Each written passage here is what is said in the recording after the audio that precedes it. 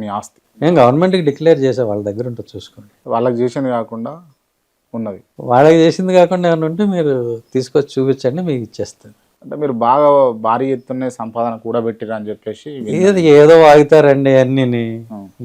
దానికి తాడు బొంగరం ఉండదు, ఆధారాలు ఉండవు, మాట్లాడటం ఎంతసేపు ఏదో ఒకటి మాట్లాడచ్చు. ఓకే. ఇప్పుడు మీరు ఉన్నారు, మీరేంచి ఈయన మీకు తెలుసా, ఈయన కాలేజ్ డేస్లో 10 మందిని మర్డర్ చేశాడు అంటాను నేను.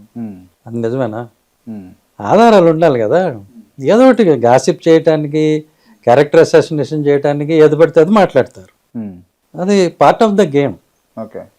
అంటే ఎవిడెన్స్ లేకుండా మాట్లాడేదానికి గేమ్ ఆడుతుంది ఎవరు? పార్ట్ ఆఫ్ ది గేమ్ అంటే గేమ్ ఆడుతుంది ఎవరు? పార్ట్ ఆఫ్ ద గేమ్ అంటే ఎవరైనా కావచ్చు.